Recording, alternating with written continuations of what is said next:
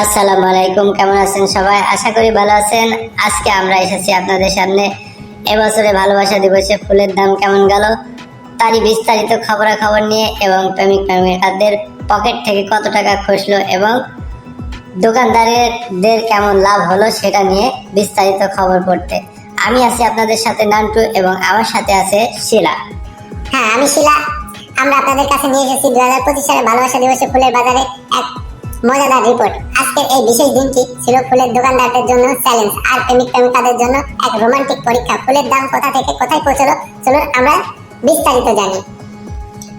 ভালোবাসা দিবসে যখন ওদিকে প্রেমিকেরা তাদের প্রেমিক প্রিয়জনকে গোলাপ কিংবা অন্য ফুল উপহার দিচ্ছেন, অন্যদিকে ফুলের দোকানদাররা একে একে গুনতে শুরু করেছিল ফুলের দাম। আপনি জানেন কি ভালোবাসা দিবসে ফুলের দাম কিভাবে বেড়ে উঠেছিল? একদম শুরুতেই গোলাপের দাম ছিল মাত্র 50 টাকা, কিন্তু মাত্র কয়েক ঘন্টার মধ্যে সেটা বেড়ে গিয়েছিল 200 টাকায়। এ নিয়ে বিস্তারিত প্রতিবেদন জানাচ্ছেন আমাদের বল্টু ভাই ফুলের দোকান থেকে। হ্যাঁ বল্টু, আপনি কি আমাকে শুনতে পাচ্ছেন? হ্যাঁ নান্টু, আমি আপনাকে শুনতে পাচ্ছি।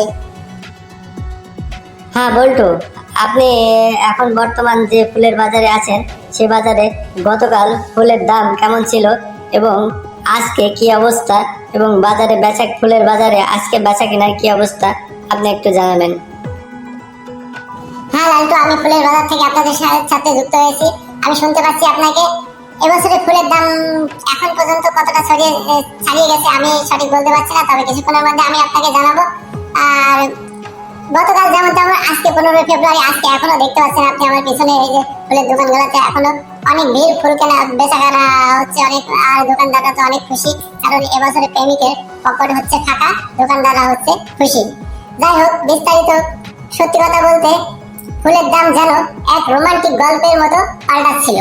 কিছু জায়গায় এক পিস গোলাপের দাম ছিল 300 টাকা, আর অন্য কিছু দোকানে সেজেছে বিশেষ লাভ প্যাকেজ।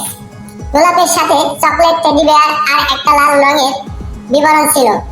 তারা সেট বিক্রি করেছে 1000 থেকে 2000 টাকায়। এমনকি কিছু দোকানে তো সুপার স্পেশাল রেড রোজ ছিল, যার দাম ছিল 1500 টাকারও ওপরে। ধন্যবাদ লালটু, এখন পর্যন্ত আমার কাছে এটুকুই সংবাদ ছিল। তাই হোক, পরবর্তীতে বিস্তারিত আমি আপনাকে আরো জানাতে পারবো। ধন্যবাদ বল্টু ফুলের দোকান থেকে আমাদের সাথে যুক্ত হওয়ার জন্য।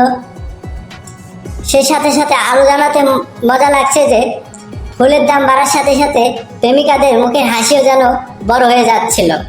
মানে ফুলের দাম বাড়লে প্রেমিকদের পকেটও যেন একটু বেশি খালি হয়ে যাচ্ছে। তবে তারা বলছে এটা কষ্ট হলেও একদিনই তো ভালোবাসার জন্য এটা করা যেতেই পারে। হ্যাঁ হ্যাঁ, একদম ঠিক। আর কিছু প্রেমিকার কথা বললে তারা বলছে ফুলের দাম তো বেশি, কিন্তু ভালোবাসার দামে কোনো তুলনা নেই। তবে দোকানদাররা খানিকটা সেলফিশ। তারা বলেছেন ভালোবাসা দিবসে ফুলের দাম যতই বাড়ে ততই তো আমাদের লাভ। এ বিষয়ে বিস্তারিত জানাতে আরেকবার যুক্ত হচ্ছেন ফুলের বাজার থেকে আমাদের বল্টু। আপনি কি আমাকে শুনতে পাচ্ছেন? হ্যাঁ শিলা, আমি আপনাকে শুনতে পাচ্ছি। কিছু দোকানদার অবশ্য বলেছে আমরা সবাই জানি গোলাপের দাম যত বাড়ে ততই প্রেমিকার হৃদয়ে আরো বেশি ভালোবাসা জন্মায়, আর তাই আমরা ফুলের দাম বাড়াতে কৃপণতা করি নাই।